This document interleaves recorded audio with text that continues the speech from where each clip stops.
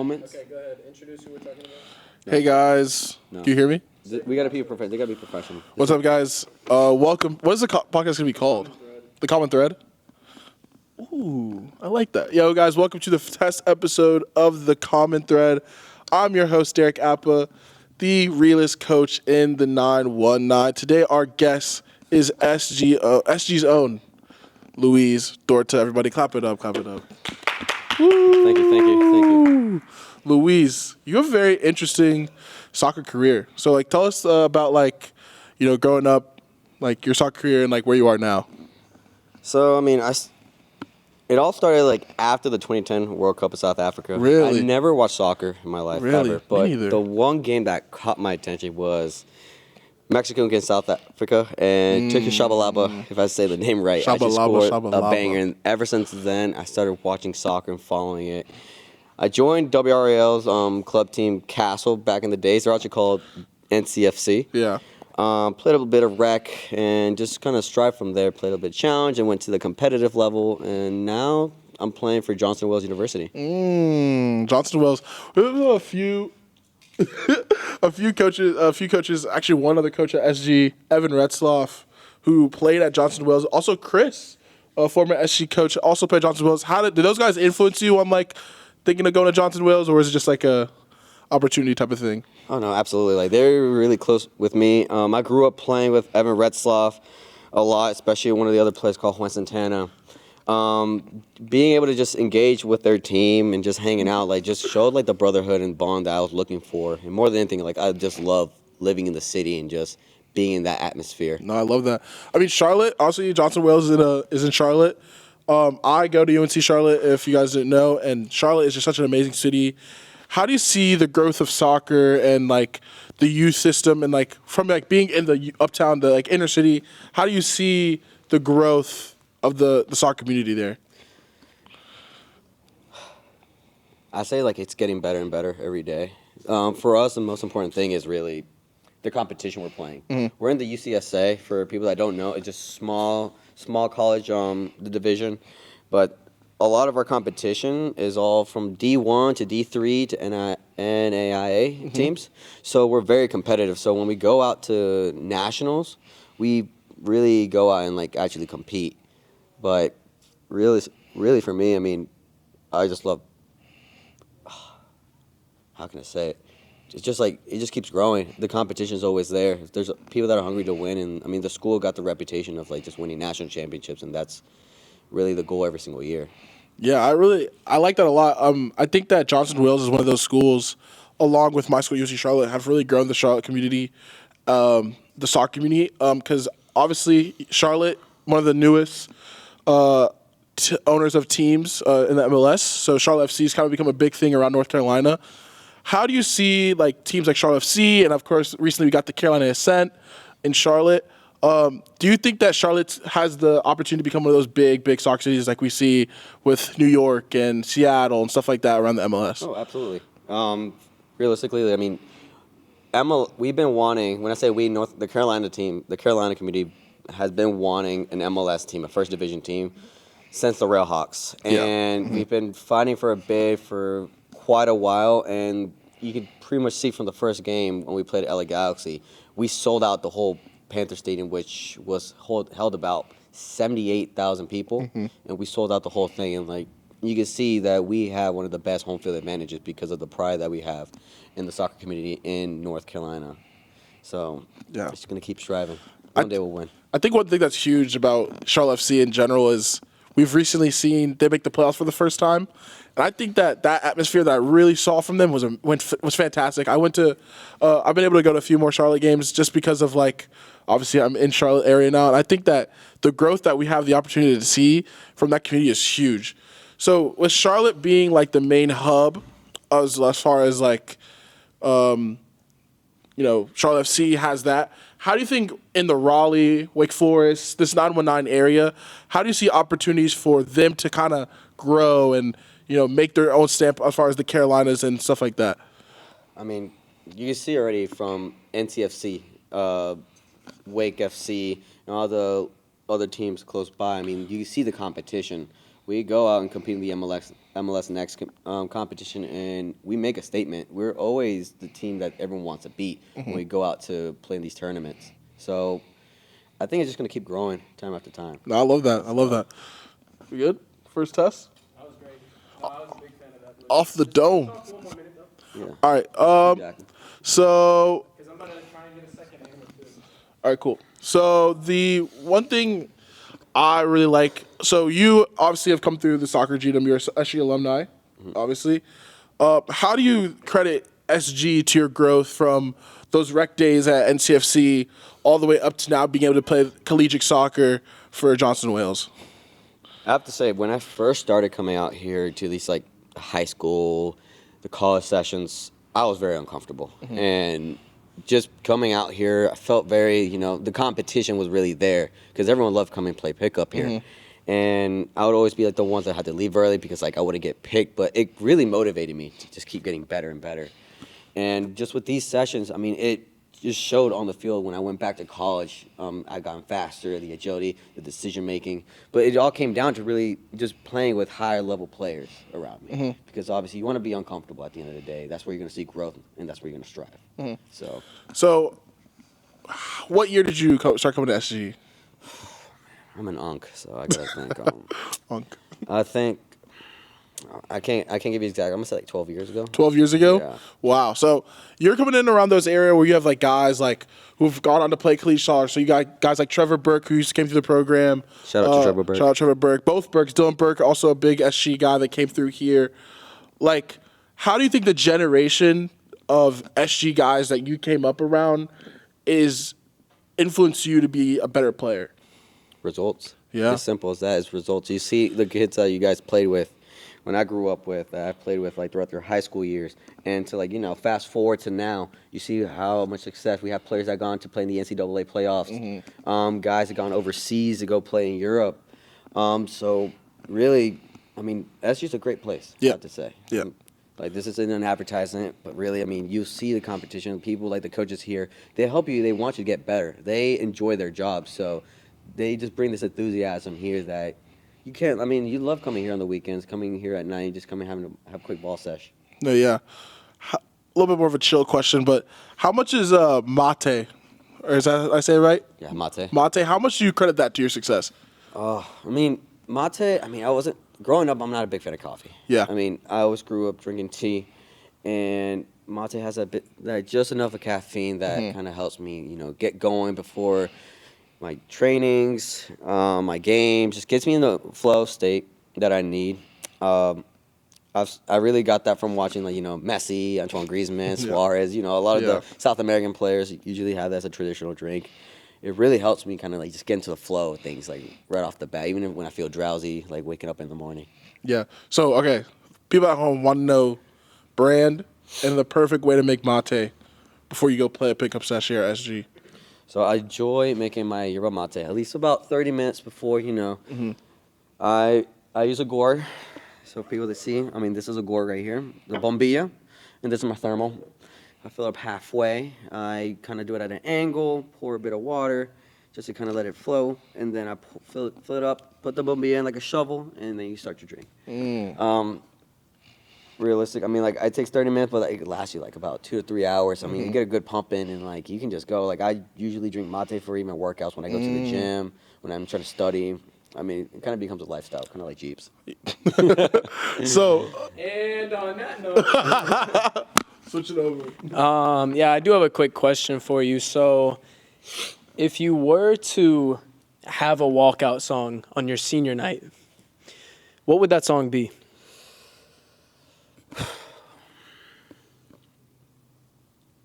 That's a good question. I haven't really thought of that, but I mean, if I'm gonna spit one out, Off the dome. "Worst Behavior" by Drake. That's a great choice. That would be my walkout song. I could actually, I could jive with that. You drive with that. Yeah, I think to follow up on a similar note, actually, what's that one? It's with the long intro that's like, back in the old days, Was it be Pound Cake. Pound Cake? Yeah, it's Pound Cake. Pound Cake is a great song. Jay-Z on it, yeah. Yeah, Jay-Z. $500,000 or Dinner with Jay-Z. Oh. at this Dude, table? dude. Wisdom, dude. He was showing me how to make the $500,000 and more. You think so? Would you pay for the dinner? Oh, I'll just put it on my student loan, to be honest, and I'll just pay for it later. And what kind of rates are you getting? What kind of interest rates is that? I want to say I'm gonna keep it down, but like 17. I'm pushing 17% on the student loans. Like 17.99 or APR? 0.9. So, but we'll get out of it. Okay. Rags to Would riches. you say the educational experiences and opportunities from Johnson & Wales makes it worth it? So, I say yes, but you have to make it a priority to network and engage with not just your degree, but with the people around you. Because at the end of the day, there could be a statement for not just Johnson & Wales, but for school itself. It's not what you know, but who you know at the end of the day. Because if you just go, just do your degree and not really engage other people, you're going to be starting from nothing. You have to go out there. You have to sell yourself. Everything is sales. So I think networking is the most important thing with your degree, anywhere you go, especially Johnson & Wales. No, that's great. I think this is a question for the next generation target audience here. High schoolers. We have a lot of high schoolers in here right now that say that they don't want to go play college soccer. What would you say to them, specifically the ones that may not have a reason but are more so influenced by their friends, maybe peers, parents, teachers, who say they don't want to go play Division III or anything but Division I? Do you think those experiences are still have value? And what has your experience been like playing for a non-Division I school? Realistically, it's D1, D2, D3. It's the same thing in high school when you go to a 4A, 3A, 2A. It's just the size of the school. The competition's there at all levels. I've played with guys that they could go D1, but they actually go to play at D3, like Josh Bradiger. Shout out to Josh Bradiger. Great he's player. a baller. And he plays Messiah. up north, and he's like killing it up there. Like there's guys like Dylan Burke. He didn't go. Did you go D1?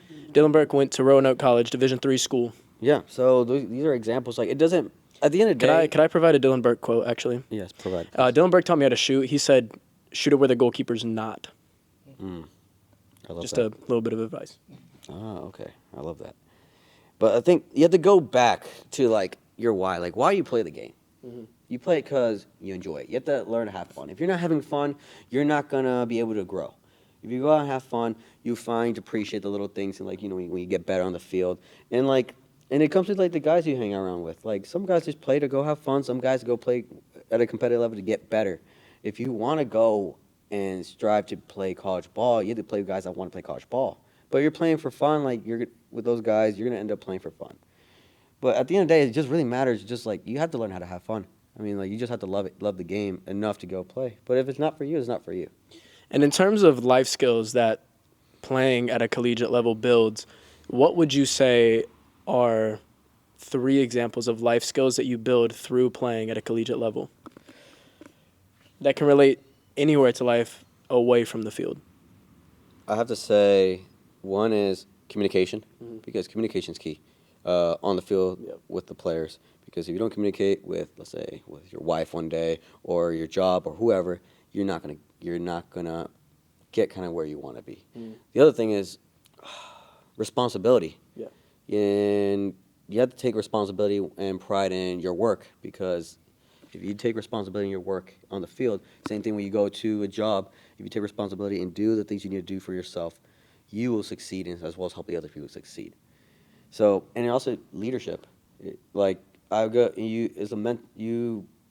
come around people that like maybe they don't have the same mentality or the same idea as you, but you help. It feels good to give and help other people. So, I think the most important thing is leadership, communication, and that's a resilience. Like, you just have to work. Like, how bad do you want to win? You have to get better. You have to go motivate people. You have to help other people out.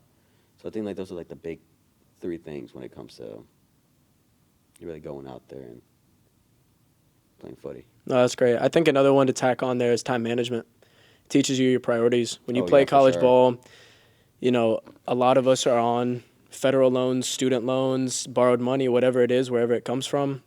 Your parents aren't feeding you anymore. You have to get a job. You have to work. You have to get your grades up, and we want a social life. And so in terms of learning where to put your priorities and how to straighten them out and how to actually take care of the business that needs to be taken care of, I think college ball just teaches you everything and more about that, because otherwise you're going to be sitting in the 15 hours of study hall every single week. Yeah, I know. I have to say, like, Johnson Wales has like the best schedule, just because. No we wake- Fridays. Yeah. JU Friday every Oh, Thursday. yeah. For us, it's we train at 7 a.m. Mm-hmm. We all of us have classes around like 8:30, 9:30.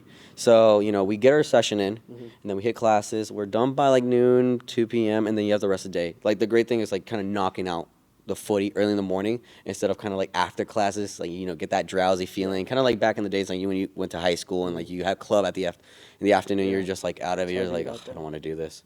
So like Johnson was like had like the best schedule for just having training sessions early in the morning. And that really came in clutch. And like our GPA was we ended up this fall season with a 3.2 accumulated GPA. That's Yeah. fantastic. That's 3.5. really good. 3.5 Yeah, GPA. yours personally was a 3.5 3.5. I held it down. cum laude. Yeah. Future cum laude. And what's your graduation date Good question. planned? I'm gonna say 2027 of March for my undergrad, but I'm gonna be striving for my master's. Really? Yes. This is news. You heard it here first on the common thread. Luis Senior going for the masters. And what will you be achieving your bachelor's in? So I want to get my bachelor's in marketing and then get a master's in business. Wow, it's fantastic. And do you have any plans directly for after college? Are you taking internships at the moment to see where that can take you to? What is kind of a goal of yours right now going into 2025? Right now, with the main goal, just especially living in Uptown, it's like there's many corporations up there that, that are moving in, there and just getting out there, engaging with people that work in the corporate world, and try to get internships in the summertime. Obviously, build up my resume, kind of touch the water with different companies and see which one fits for me, and then kind of try to like hit the ground running right after college, and like just working in like corporate America. So Would you say Charlotte's a hotbed for the corporate world right now? Absolutely, everyone's there. All the big banks.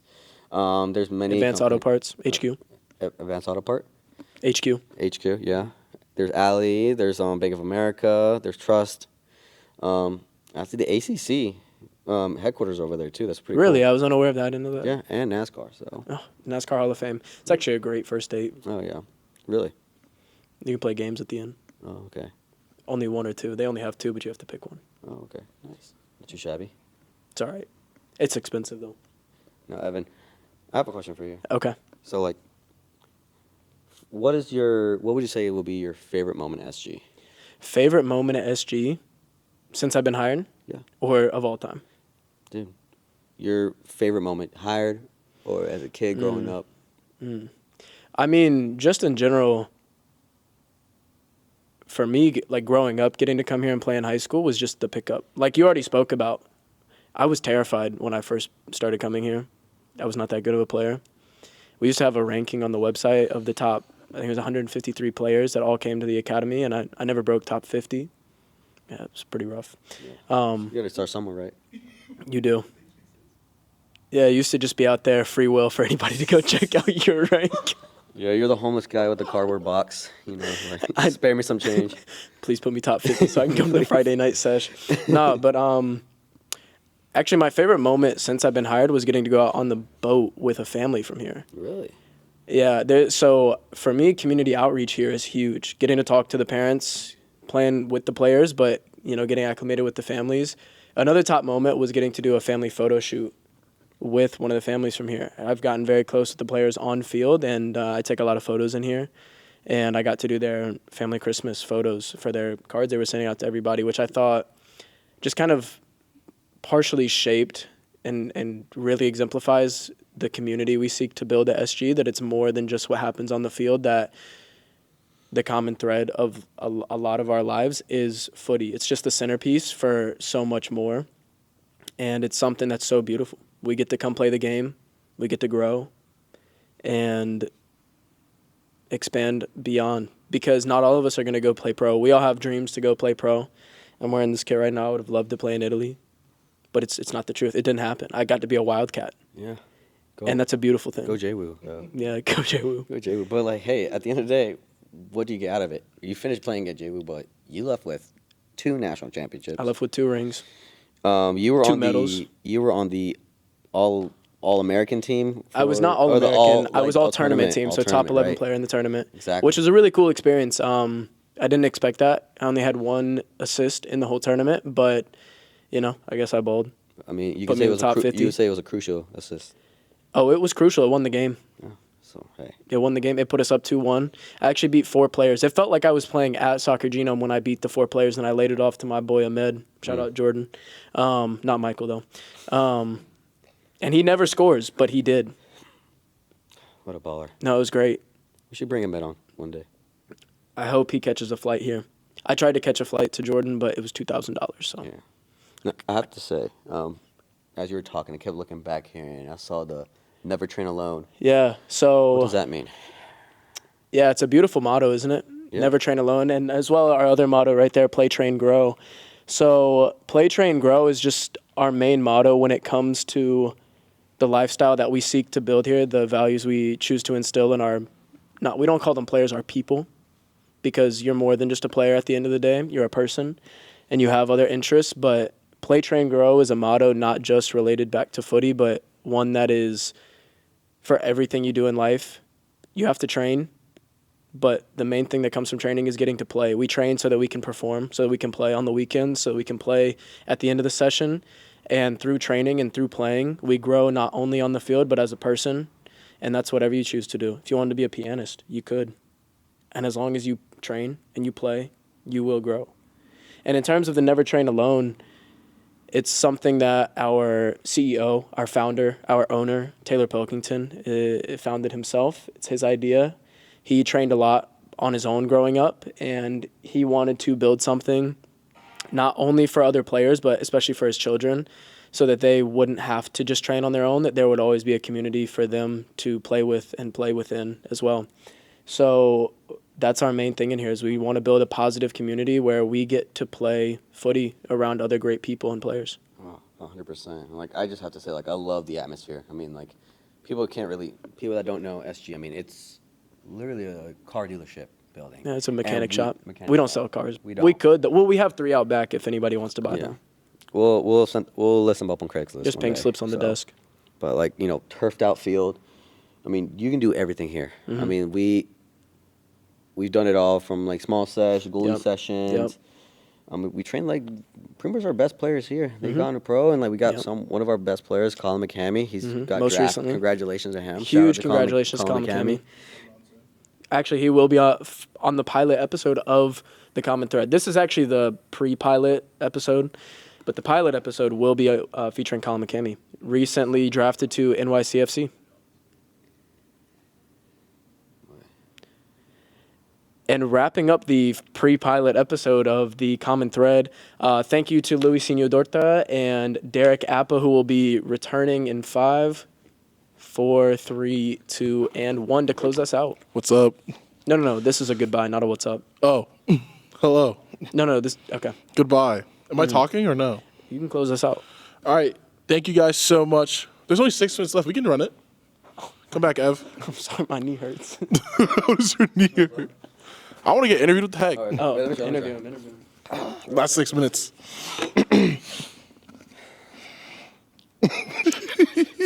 Derek Appa, Hello. the man, the myth, the legend. That's The what man they with the say. beautiful smile, the Rizzler, Yeah. the ball in the field, the Adam Traore Yeah. to my heart. I'm more like I like Lukaku better. Lukaku. Or Pogba's my favorite player, but I'm not skinny like him. What about Akinfenwa? Oh, I love Akinfenwa. Perfect. Because like Akinfenwa is what I imagine I look like when I play soccer. Like I like tassel. It's like why is he there? Yeah, I'm not a big fan when I'm going up against you. When I have the ball and you're coming at me, I kind of shrivel inside just because I don't want to get clamped. Okay, well, I will say if you ask Coach Taylor, the owner, he always says like there's only 2 people he'd never go into a tackle with, and it's me and my brother. Oh Who? yeah. Shout out Patrick Appa, baller, SG alumni. Yeah. He was part of that generation of like Dylan baller. He's actually coming to pick up soon. He said he wants to come through. Yeah. Oh, sick. He said he wants to whip the boots out and come ball a little bit. Yeah. That's just what this building does to people. No, yeah. But yeah, we had a little argument yesterday the other day because I still play soccer pretty actively, and he hasn't really played consistently since like he was like a senior in high school. He's like now a college graduate. We used to play on the same club team. Yeah, you were on the which one? Elite or like white? He played. I don't think he played elite, but he played at Gold. NCAA Yeah, gold. Yeah. Them two play on the same team, and so he has not played consistently since senior year, and we had an argument whether or not who's better right now. And I was like, brother. There's only one way to settle. Well, I've said he has to come to pickup, but he's still ducking. I mean, he has a job, but like, he's still ducking.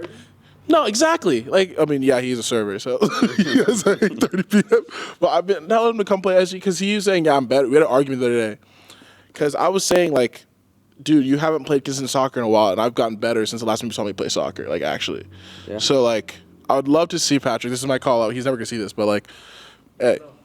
We're gonna post the pre-episode. No, let's make this into a reel and just post it. We could make this a reel. No. Clip. Everything's on you right now. Oh, okay. Hello, everyone. This is our pre-episode for Soccer GM's newest podcast, The Common Thread. Obviously, we've had a great conversation with Louise and also Evan Retzloff, but this is my official call-out. My brother, Patrick Appa, you've been ducking, come to pickups so I can prove that I'm a better soccer player than you. Because I don't play any I'm like a rare case. I'm like the only SG coach that has not played any official college soccer. I'm the only one. Yeah, I am the only one. And what's your natural position? Like you play when we play pickup, you're everywhere. You're like the best. You're like the. I'm like a glue guy. You could be the Koulibaly as a center back. Yeah. To the. Akinfenwa up top. The Chouameni. Yeah. Like I've cut in. You can play everything, but what's your favorite position to play? Okay, so I have a funny story about this. I actually told this to a kid the other day when I was doing private. So when I was raised growing up, the farthest ever I put up the field was CDM. Throughout all my club, I only played CDM. And then I got to high school, and my brother, when he got to high school, was also a left back. And I was a CDM, and so I was like, hey, I'm a CDM, talking about it whole summer when I was doing workouts, I was CDM, and I got to invite to team camp my freshman year, and Coach Taylor Pilkington at the time said that, hey, Derek, I know you like playing CDM, but actually you're going to play striker for us. And I was like, no. But I ended up playing striker, played pretty good. So I played striker kind of all of high school, but when I played club, I would play a little bit more attacking mid, a little bit more CDM. So I like to say I am an attacking mid, but in reality, I'm a not. You're not. I'm a not. You're a 10 in my eyes. Hey. But I would love to, I love playing 10 because as much as I'm good at it, I'm playing off my back because I'm, huge and it's hard to win the ball off me. But, just, put on a Maradona in the midfield, open up, spreading the play is, what I've always liked to do. I've always been, I love an assist more than a goal. So Who's, who do you look up to? As far as a player? Yeah, as a player. Pro or? Anyone. Pro? Yes. Pogba. 100%. He was just he almost made me a United fan. Didn't, because I hate United. But What team do you support? I'm a big Arsenal guy. Oh my gosh. Love my club, even though they break my heart every single May. Go Newcastle. Newcastle's wild. But I'm a big Arsenal guy.